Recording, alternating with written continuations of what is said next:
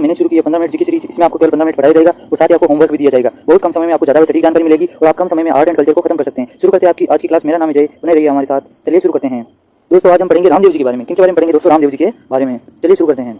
तो रामदेव जी के बारे में छोटी सी जानकारी आपको दे देता हूँ, परिचय दे देता हूँ। इसको आधार कार्ड बोलते हैं। क्या बोलते हैं? आधार कार्ड के बारे में आपको बता देता हूँ। फिर आपको मैं स्टोरी लाइन भी समझाऊंगा, सब समझाऊंगा। बिल्कुल टेंशन मत लो, ठीक है?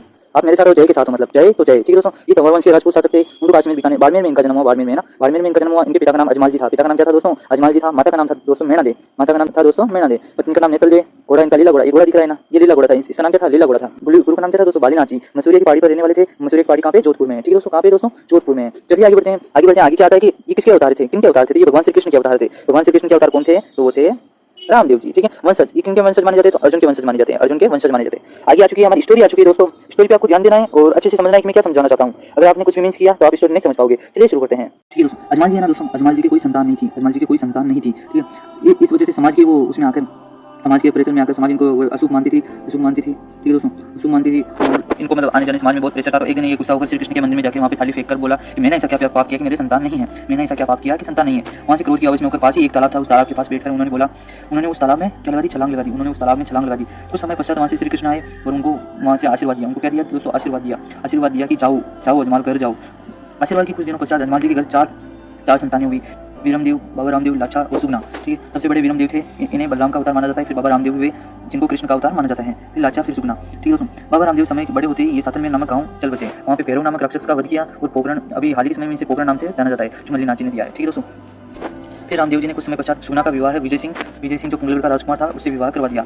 इन्हें रामदेव जी के उपनाम जाने जाते हैं रुणिचरा धनी, कृष्ण का अवतार, पीरों के पीर, लीले घोड़ेराज वार, ठीक है दोस्तों। आगे ये स्टोरी और दिखा रखी है कि जो रामदेव जी पोकरण से रोहिणी क्यों गए, तो इसके पीछे एक रीजन है। रीजन मैं आपको बता देता हूँ। चलिए, जो रामदेव जी की बहन थी सुगना थी ना, उसने मतलब ससुराल जाने से मना कर दिया। क्या किया दोस्तों? ससुराल जाने से मना कर दिया। क्योंकि मना, उसने बोला कि मैं सातलमेर ही रहूंगी, मैं ससुराल नहीं जाऊंगी, मैं सातलमेर ही रहूंगी। तो रामदेव जी ने सातलमेर नामक गांव को छोड़ दिया और बहन बेटी का घर का नहीं खाते हैं, इस वजह से सातलमेर में नहीं रुके। सातलमेर जो अभी पोकरण है वहाँ से रुणिचरा जा बसे। रस्ते में जा ही रहे थे कि डालीबाई नामक मतलब महिला थी, वो रोती हुई दिखी। वो मेघवाल जाति की थी। कौन सी जाति की थी दोस्तों?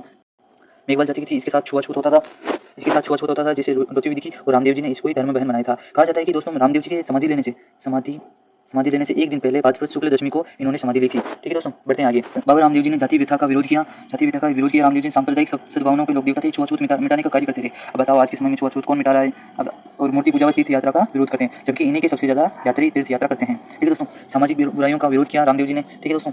चलिए आगे बढ़ते हैं। एकमात्र ऐसे लोक देवता जो एक कवि भी थे, इन्होंने 24 वाणियां नामक ग्रंथ की रचना की थी। इसने की थी 24 वाणियां नामक ग्रंथ की रचना, तो वो की थी रामदेव जी ने 24 वाणियां नामक ग्रंथ की रचना की। इन्होंने एक पंथ चलाया। कौन सा पंथ चलाया दोस्तों? कांवड़िया पंथ चलाया। कौन सा पंथ चलाया दोस्तों? कांवड़िया पंथ की स्थापना रामदेव जी ने की। कांवड़ जाति का विवाहित महिलाओं द्वारा बाबा रामदेव जी के भजनों पर 13 ताली नृत्य किया जाता है। कांवड़िया पंथ पर कौन सा विवाहित महिलाओं द्वारा कौन सा नृत्य किया जाता है? तो 13 ताली नृत्य किया जाता है, ठीक है दोस्तों। चलो आगे बढ़ते हैं। रामदेव जी के शिष्य कौन थे? हरजी पाटी, रत्ना राय का, लक्की बंजारा, रूपादे, आई माता और उगमजी पाटी, ठीक है दोस्तों। चलिए आगे बढ़ते हैं।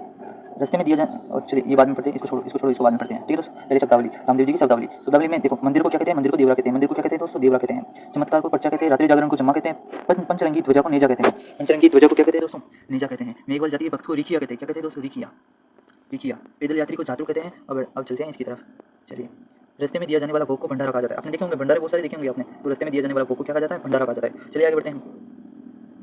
चलिए, इनका मेला, रामदेव जी का मेले के बारे में जानकारी प्राप्त करते हैं। मेला कब लगता है इनका? भाद्रपद शुक्ल द्वितीया से भाद्रपद शुक्ल एकादशी तक। और भाद्रपद शुक्ल द्वितीया को क्या कहा जाता है? बाबेरी बीज कहा जाता है। और इसी दिन इनका जन्म हुआ था। कब हुआ था? भाद्रपद शुक्ल द्वितीया को जन्म हुआ था, ठीक है दोस्तों।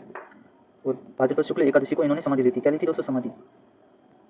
समाधि ली थी, ठीक है। मेला आयोजित कहाँ होता है? रुणिचरा जैसलमेर, मारवाड़ का कुंभ कहलाता है। छोटा रामदेवरा पंचमहल गुजरात। राजस्थान का छोटा राजदेवरा राजस्थान का छोटा रामदेवरा कौन सा है? तो खुंडियावास, परबतसर, डीडवाना, कुचामन, ठीक है। बिराटिया खुर्द चेतारण ब्यावर में है। बिराटिया खुर्द कहाँ पे? चेतारण ब्यावर में, ठीक है दोस्तों।